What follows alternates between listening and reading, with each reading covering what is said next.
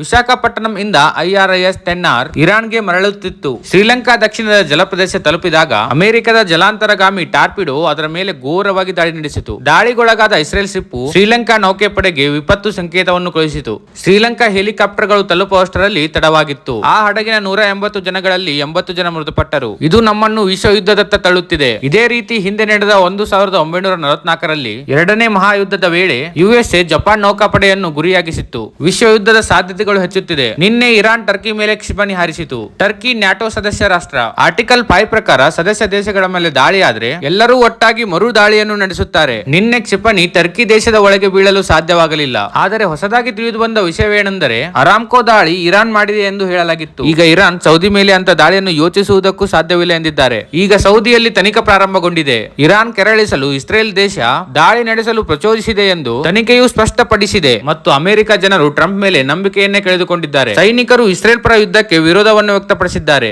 Israel is the reason for this war.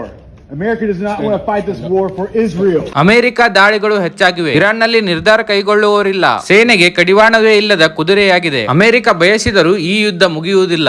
ಬೇರೆ ಎಲ್ಲಾ ದೇಶದಲ್ಲಿ ಇಷ್ಟೆಲ್ಲ ಸಮಸ್ಯೆಗಳಿವೆ. ಆದರೆ ಭಾರತದ ಜನರು ನಿಶ್ಚಿಂತೆಯಿಂದ ನಿದ್ದೆ ಮಾಡಲು ಕಾರಣ ಯಾರು ಎಂದು ಕಮೆಂಟ್ ಮಾಡಿ.